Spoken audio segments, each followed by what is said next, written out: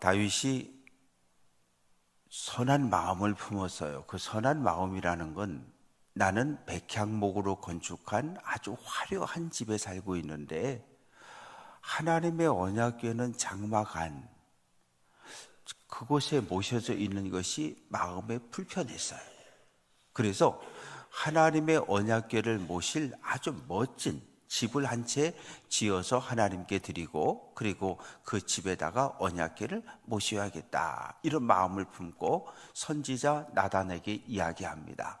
선지자 나단이 듣고서 아이고 왕이여 좋은 생각하셨습니다. 그대로 하십시오. 선지자 나단이 역사 속에 처음 등장합니다. 그런데 선지자는 어떤 사람입니까? 하나님께 받은 말씀을 그대로 전하는 사람이에요. 그런데 나단은 하나님의 뜻을 묻지 않았어요. 그냥 내 생각에 왕이요 내 생각에도 왕의 생각이 옳습니다. 그렇게 하십시다. 그렇게 한 거예요. 그런데 그날 밤에 하나님께서 나단에게 나타나셨어요. 다윗이 성전 건축을 명령하기 전에 나타나셨어요. 그래서 나단에게 이야기합니다. 5절 가서 내 종 다윗에게 말하라. 다윗아 내가 나를 위하여 내가 살 집을 건축하겠느냐. 내가 이스라엘 자손을 애굽에서 탈출시킨 출애굽부터 지금까지 나는 집에 살지 않았다는 거예요. 그럼 어디 살았습니까? 장막이라고 하는 것은 임시 거처, 텐트. 그죠? 이렇게 천막에 살았고 성막이라고 하는 것은 좀 달라요. 성막은 장막과 장막은 그냥 텐트라고 생각하면 되고 장막은 맨 안쪽에 청색, 자색, 홍색 실로다가 이렇게 화려하게 수놓은 화려한 천으로다가 안을 치장한 그 언약궤를 모셨던 광야에서 건축했던 그 성막을 오늘 말씀 속에서 이야기하고 있어요. 그러나 분명한 것은 이건 전부 이동식이에요. 그냥 광야에서 이스라엘 백성들과 함께 있다가 구름 기둥이 딱 떠오르면 천막, 성막을 다 해체하고 어깨에 메고 또 걸어가고 또 구름 기둥이 딱 서면 그곳에 다시 집을 짓고 또 언약궤를 거기다 모셔놓고 이 이동용이었어요. 단 한 번도 출애굽 이후 지금까지 하나님은 이렇게 땅을 파고 철건하고 콘크리트로 지붕을 얹고 고정되어진 집에 단 한 번도 하나님의 언약궤가 모셔졌던 적이 없었어요. 그런데 지금 다윗이 내가 살 집 하나님의 언약궤를 모실 집을 짓겠다 그러는데 이건 말이 안 된다는 거죠. 왜 말이 안 됩니까? 하나님은 창조주잖아요. 전능하신 분이잖아요. 전능하신 창조주 하나님이 사람이 지은 이 작은 집, 쉽게 말하면 우리 예배당을 성전이라고 생각하고 여기다가 언약궤 갖다 놓겠다는 거잖아요. 그리고 하나님을 어떻게 이 성전 안에 예배당 안에 가두어 버린다는 거거든요. 하나님 여기만 계셔야 된다는 거예요. 그런데 그럴 수 있어요? 그럴 수 없어요. 왜? 하나님은 창조주, 무소부재 어디나 계신 분인데 하나님을 어떻게 사람이 건축한 요 작은 집에다가 모셔놓을 수 있겠습니까? 그래서 하나님께서 안 된다는 거예요. 그러면서 8절부터 이야기하셔요. 다윗아, 내가 너를 양치는 목동의 자리에서 너를 내가 오늘날 왕으로 세워주지 않았느냐. 9절, 내가 가는 곳마다 대적들과 싸워서 다 승리했지 내가 힘이 있어 승리한 거 아니야. 내가 너와 함께 했기 때문에 내가 너를 대신해서 싸워줬기 때문에 내가 승리한 거야. 다윗아, 내가 내 이름을 아주 위대하게 만들어 주겠다고 약속을 합니다. 창세기 12장 2절에 보면 하나님께서 아브라함에게 아브라함아 내가 내 이름을 창대하게 온 세상에 널리 퍼지게 내가 그렇게 해줄게. 아브라함에게 했던 약속을 지금 다윗에게 하고 있는 거예요. 다윗의 이름이 어느 정도 퍼졌습니까? 어떨 때 이렇게 새벽기도 끝나고 집에 갈 때나 또 이렇게 교회 올 때 보면 한동안은 저 파로 광장에 태극기하고 미국의 성조기하고 다윗의 별, 이스라엘 국기하고 세 개가 걸려있던 적이 있었어요. 그래서 제가 깜짝 놀랐어요. 아니, 왜 이스라엘 국기가, 다윗의 별이 왜 저기 있어? 오늘날 이 다윗이라고 하는 이름은 전 세계 모든 사람들에게 다 알려진 이름이 되어졌어요. 그리고 하나님 또 말씀하셔요. 내가 이 가나안 땅을 택했고 애굽에 있던 이스라엘 백성들을 여기다 옮겨다 놓고 내가 여기서 영원히 다시는 떠나지 않고 영원히 살도록 내가 그렇게 보호해 주겠다. 사사시대까지는 블레셋이 쳐들어오고 암몬이 쳐들어오고 아말렉이 쳐들어오고 계속 와서 이놈 저놈 이스라엘을 때리고 약탈하고 그랬는데 내가 다시는 그렇게 못하게 보호하고 막아주겠다. 사사시대까지는 왕이 없었잖아요. 사사가 일어나면 사사는 하나의 지파나 두세 지파에게만 영향력을 발휘했어요. 그런데 다윗아, 너는 이제 이스라엘의 왕이야. 이스라엘 12지파 전체를 다스리고 통치하는 최고 지도자로 내가 너를 세워주었다고 이야기를 합니다. 그러면서 안 된다는 거예요. 안 되는데 11절 말씀을 보면 여호와가 너를 위해서 집을 지어주겠다는 거예요. 다윗이 하나님을 위해서 성전을 짓겠다고 말했지만 하나님은 집을 짓지, 너는 안 된다는 거예요. 너는 안 되고 13절 말씀 보면 내 몸에서 날 다음 왕 솔로몬을 통해서 내 이름, 하나님의 이름을 둘 장소로 성전 건축하는 건 허락할 것이고 다윗아, 대신 내가 너에게 복을 줄 텐데 내 집, 내 가문을 견고하게 세워주겠다는 거예요. 어느 정도로 사울은 하나님 앞에 범죄했을 때 왕권을 빼앗아 버렸는데 다윗아, 내 후손들이 잘못을 할지라도 내가 매로 때리고 징계는 하겠지만 왕권은 빼앗지 않겠다는 거예요. 이것이 하나님과 다윗 사이의 언약입니다. 다윗에게 축복해 주세요. 12절 내가 수한이 찼다. 조상들과 함께 눕는다. 조상들과 함께 눕는다는 것은 유대인들에게, 히브리인들에게 가장 놀라운 축복이에요. 이게 어떤 의미인가 하면 이 히브리인들은 전통적으로 가족묘를 쓰고 있어요. 가족묘. 그래서 무덤 안에 시신을 1년 동안 모셔놓고 살이 다 썩고 뼈가 남으면 그 옆에 큰 항아리나 큰 웅덩이를 파놨는데 거기는 500년 전, 400년 전, 300년 전, 200년 전 수십 대, 수백 년 앞서 가신 조상들의 뼈가 그곳에 다 함께 있거든요. 아브라함과 사라, 이삭과 리브가, 야곱과 레아의 뼈가 다 한 곳에 모여 있어요. 한 항아리 속에 있다고요. 조상들에게로 돌아가는 것을 최고의 행복으로 느꼈어요. 그러니까 내가 이 땅에서 하나님께 받은 모든 사명을 다 끝내는 날에 너도 내 조상들과 함께 누울 거라는 거예요. 이거는 다윗을 향한 최고의 축복입니다. 그러면서 13절에 내 후손이 내가 세우는 다윗의 나라가 영원할 거라는 거예요.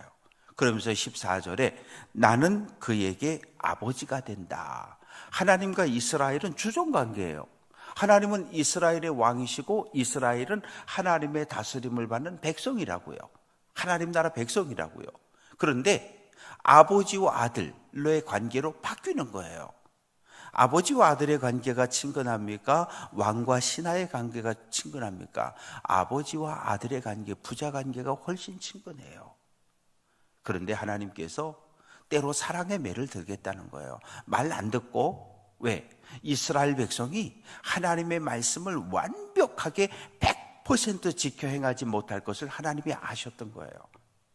그래서 만약에 죄를 짓거든 사울 왕에게서처럼 왕권을 뺏는 게 아니라 매를 들어서 회초리를 들어서 사랑의 매를 때려서 회개하고 돌아올 수 있는 기회를 주겠다고 이야기합니다.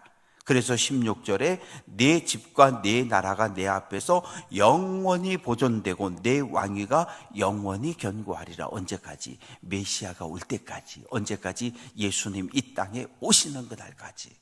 그래서 그 약속대로 지금까지 유다 지파 다윗의 후손으로 오신 예수를 우리가 그리스도로 고백하고 있습니다. 17절 나단이 하나님께 받은 말씀을 그대로 다윗에게 다 전했어요. 이게 선지자예요. 이게 선지자입니다. 하나님께 받은 말씀을 그대로 전하는 것, 하나님의 말씀을 그대로 가르치고 전하는 것, 이게 목회자가 세움을 받은 이유이기도 해요. 이제 18절부터 29절까지 말씀을 보면 하나님의 말씀을 받고 다윗이 너무너무 감동을 했어요. 그래서 하나님 앞에 나아갑니다. 어디예요? 다윗 왕궁 한쪽에 이 장막을 치고 언약궤를 모셔놨잖아요. 그 앞에 가서 무릎을 꿇는 거예요. 왕이잖아요. 그런데 왕 필요 없어요. 그 자리에서 하나님 앞에 무릎을 꿇습니다. 하나님, 나는 누구입니까? 나는 15살 목동 양치던 늘 그저 양의 오줌과 양의 똥을 묻히고 살아가던 그런 목동이었는데 하나님, 나를 오늘 이스라엘의 왕을 세워주셨고 우리 아버지의 집 이새의 가문은 베들레헴에서 아주 별 볼 일 없는 그런 시시한 가문이었는데 하나님께서 우리 가문에서 나를 들어서 이렇게 왕을 세워주신 것을 감사합니다. 하나님, 19절 말씀 보면 나를 왕으로 세워주신 것도 이거 대단히 엄청난 영광이고 놀라운 일인데 하나님은 아니야, 다윗이 왕이 된 거 이거 부족해, 이거 적어, 복을 더 줘야 돼, 복을 더 줘야 돼. 그렇게 말씀하시면서 종의 집 다윗의 가문의 먼 미래 장래의 메시아가 올 그날까지 가문을, 왕권을 지켜주겠다고 약속해 주시니, 약속을 주시니 하나님 참 감사하다는 거예요. 어떻게 이럴 수 있냐는 거예요.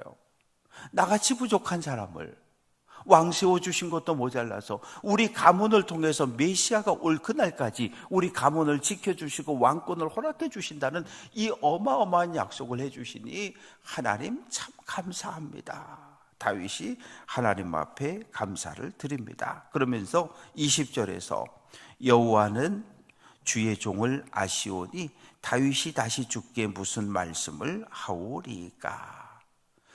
저는 지금까지 이런 기도를 할 수 없었는데 이제 하나님께서 나를 복 주신다고 말씀하시고 우리 가문을 통해 메시아가 올 때까지 우리 가문을 사용하시겠다고 말씀하시니 하나님의 약속을 내가 붙잡고 의지해서 내가 감히 하나님 앞에 영광을 돌려드리겠습니다. 기도하겠습니다. 하나님의 뜻을, 먼 미래에 있을 하나님의 뜻을 나에게 미리 알려주시니 참 감사합니다. 내가 하나님의 약속을 붙잡고 이제 하나님 앞에 나아가 기도하겠습니다. 그러면서 22절에서 주는 위대하시니 이는 우리 귀로 들은 대로는 주와 같은 이가 없고 주 외에는 신이 없습니다. 하나님만이 유일한 신이라는 거예요. 이 세상에 가나안 민족은 7신을 섬기고 여러 많은 신들을 섬겨가고 있지만 하나님과 같은 참 신은 이 세상에 없음을 다시 한번 고백합니다. 그러면서 하나님에 대해서 이스라엘 역사를 쭉 열거하기 시작해요. 우리 조상들이 애굽에서 고통당할 때 하나님께서 어떻게 했어요? 애굽을 찾아가셨어요. 23절 하나님이 가서 구속하사. 고통당하는 이스라엘 민족이 애굽에서 고통당할 때 하나님이 찾아가셨다는 거예요. 우리 민족이 일제강점기에 고통당할 때 하나님이 우리 민족을 찾아오셨다는 거예요. 공산당의 남침으로 나라가 망하는 그 상황에 하나님이 찾아오셨다는 거예요. 그래서 우리 민족을 구원해 주셨다는 거예요. 이스라엘 민족 속에 일어났던 동일한 구원의 역사가 우리 민족 속에도 일어났음을 우리는 늘 기억해야 해요. 그리고 감사할 수 있어야 해요. 그러면서 24절에서 놀라운 고백을 해요. 여호와여, 주께서 이스라엘의 하나님이 되셨습니다. 나는 너희의 하나님이 된다. 너희는 내 백성이 된다. 이것이 시내산에서 하나님과 이스라엘이 맺은 언약이잖아요. 이 놀라운 언약이 다윗의 입을 통해서 다시 한번 하나님께 고백되어지고 있습니다. 그래서 25절에서 다윗이 이렇게 기도합니다. 하나님, 말씀대로 행하십시오. 하나님, 저에게 놀라운 비밀을 깨닫게 해주셨고 지금뿐 아니라 미래의 일까지 알려주셨는데 하나님, 이 약속 꼭 지켜주세요. 하나님, 이 약속 꼭 지켜주셔야 돼요. 이렇게 지금 다윗이 기도하고 있어요. 우리의 기도도 마찬가지예요. 하나님의 말씀, 하나님의 약속을 붙잡고 우리도 기도해야 합니다. 하나님의 말씀을 붙잡고 기도해야 하는 이유는 여기에 있어요. 하나님의 약속을 붙잡고 기도하는 것, 이것이 참 믿음이고 신앙입니다. 그러면서 27절에서 만군의 여호와 이스라엘의 하나님이여, 주의 종의 귀를 여시고, 주의 종의 귀를 여셨다라고 하는 것은 어떤 표현이냐 하면 이 닫힌 귀를 하나님께서 열고 하나님의 말씀을 집어넣어 주셨다는 거예요. 아주 재미있는 표현이에요. 믿음의 귀가 귀가 육체의 귀는 열려 있는데 믿음의 귀가 닫혀 있으면 하나님의 말을 들어도 감동이 없어요. 하나님의 말씀을 듣는데도 아무런 느낌이 없어요. 깨달음이 없어요. 그런데 어느 날 똑같은 말씀을 수십 번 들었는데 어느 날 하나님의 말씀이 내 귀를 열고 내 가슴을 찌르는 날이 있어요. 그때 우리는 믿음의 귀가 열렸다고 이야기하는 거예요. 그때부터 설교가, 그때부터 하나님의 말씀이, 그때부터 주변에서 권사님들이 전해주는 믿음의 말씀들이 쏙쏙 들어오기 시작하는 거예요. 우리는 그때 깨달았다고 이야기하는 거예요. 하나님께서 우리들의 닫혀진 귀를 활짝 열어주셔서 하나님의 말씀이 들려지고 설교가 들려지고 말씀을 읽을 때 하나님을 깨달아가는 놀라운 은혜가 함께하기를 주님의 이름으로 축원합니다. 그래서 27절 끝부분에 보면 주의 종이 이 기도로 주께 간구할 마음이 생겼습니다. 하나님의 약속, 다윗과 하나님 사이의 이 언약을 붙잡고 제가 기도하겠다는 거예요. 그러면서 29절에서 이제 청하건대 종의 집에 복을 주사 주 앞에 영원히 있게 하옵소서. 하나님 앞에 영원히 거하는 것, 이것이 가장 큰 복이라는 거예요. 하나님의 집에 문지기로 있는 것이 좋다는 시인의 고백처럼 다윗은 일평생 하나님 앞에 있기를 기도했던 거예요. 하나님의 얼굴 앞에. 어떤 의미입니까? 어디에 있든 무엇을 하든 하나님이 늘 나와 함께 한다는 것을 의식하고 살아가는 삶이에요. 하나님께서 나와 함께 하심을 늘 의식하며 살아가는 삶이 하나님 앞에 있는 삶입니다. 오늘 한 날도 하나님 내 곁에 임마누엘 나와 함께 하시고 나를 지키시고 나를 보호하시고 나와 동행하심을 믿고 믿음의 길을 잘 달려갈 수 있는 귀한 성도들 될 수 있기를 주님의 이름으로 축원합니다. 말씀을 정리해 볼게요. 다윗은 선한 마음을 품었어요. 하나님의 언약궤를 모실 하나님의 집. 왜?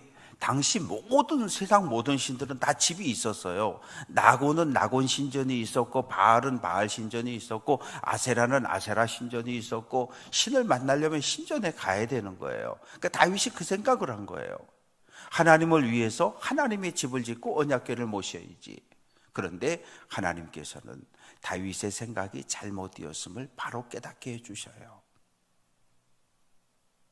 나는 창조주 하나님, 내 백성과 함께 하시는 하나님이지, 창조주 하나님이 나를 작은 집의 건물에 가둘 수 없다고 분명히 깨닫게 해주셨어요.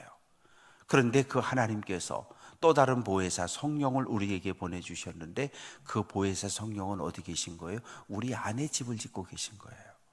우리 육체가, 우리 몸이 성령, 거룩한 영을 우리 안에 모시고 살아가는 집이 된 거예요. 성전이 된 거예요. 그래서 우리 몸이 귀한 거예요. 건강을 잘 지켜가야 돼요. 여기다가 막 술 집어넣고 담배 집어넣고 마약 집어넣고 그러면 안 되는 거예요.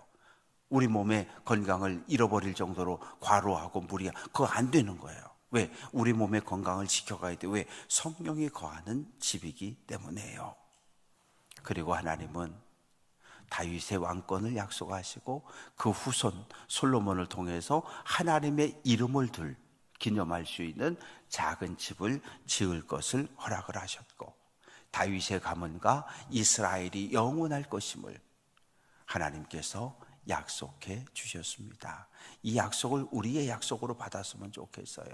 하나님 우리 집안을, 하나님 우리 집안이 믿음의 가문이 되게 하시고 명문 가문이 되게 하시고 대대로 하나님의 영광을 드러낼 수 있는 복 있는 가문, 하나님의 축복을 받아 누리는 복 있는 가문이 되게 해달라고 오늘도 기도하는 귀한 성도들 될 수 있기를 주님의 이름으로 축원합니다.